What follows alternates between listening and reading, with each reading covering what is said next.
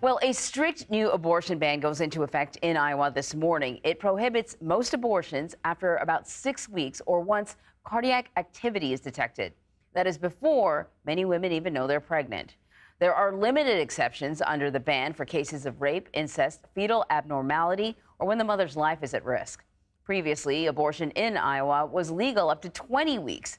Iowa joins more than 24 states now where abortion access has been restricted in the 2 years since Roe v. Wade was overturned.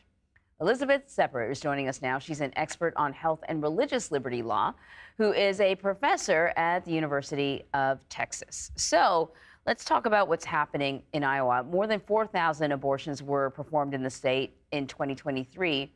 What does this ban mean for abortion providers now? This ban means the end of abortion in Iowa. Approximately 98 to 99% of abortions are banned under a 6-week ban, which comes at a time period when many people don't know they're pregnant yet or have just discovered and don't have time to schedule an appointment. So this will mean lots of folks leaving the state. It will also call into question a lot of miscarriage management, how to deal with emergency situations in emergency departments in Iowa hospitals, as we've seen across the country.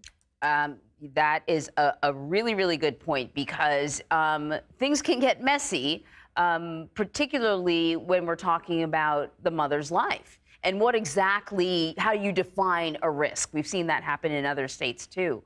What are the what legal merits did the state Supreme Court side with the ban last month? What were the arguments that we heard?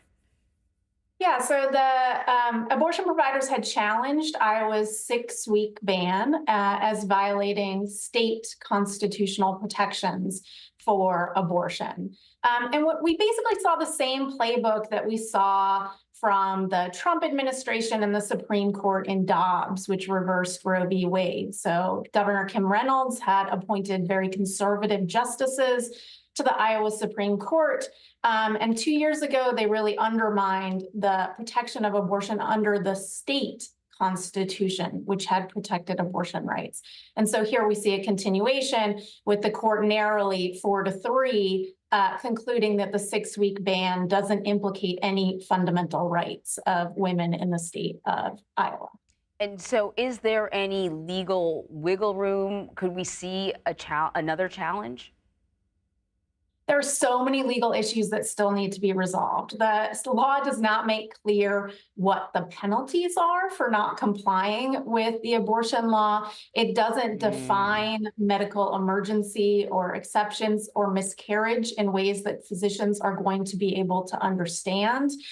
So we're going to see a lot of continuation of lawmaking, involvement of the state medical board. We could also see as applied challenges where someone is denied an abortion, say, that is risking their health, but where no physician feels comfortable performing an abortion. So I suspect we will see continuation of legal challenges to the abortion ban. And so increasingly what we've seen is kind of a large block now of states, some of them next to each other, where there are, serious restrictions on abortion access, which means that people seeking an abortion are going to go somewhere else.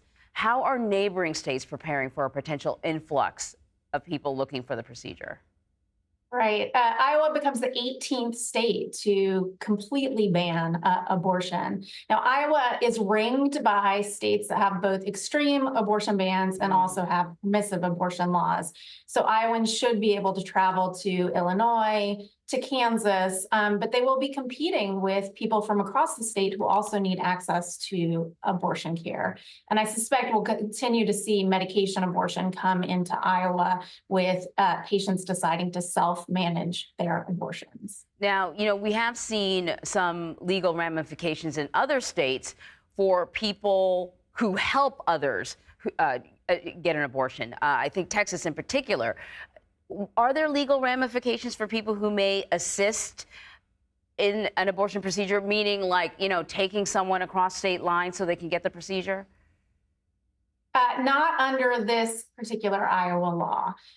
So this is not involving a ban on assistance in travel in any way or a ban on access, helping access, say, medication abortion. All right, Elizabeth Sepper, thank you very much.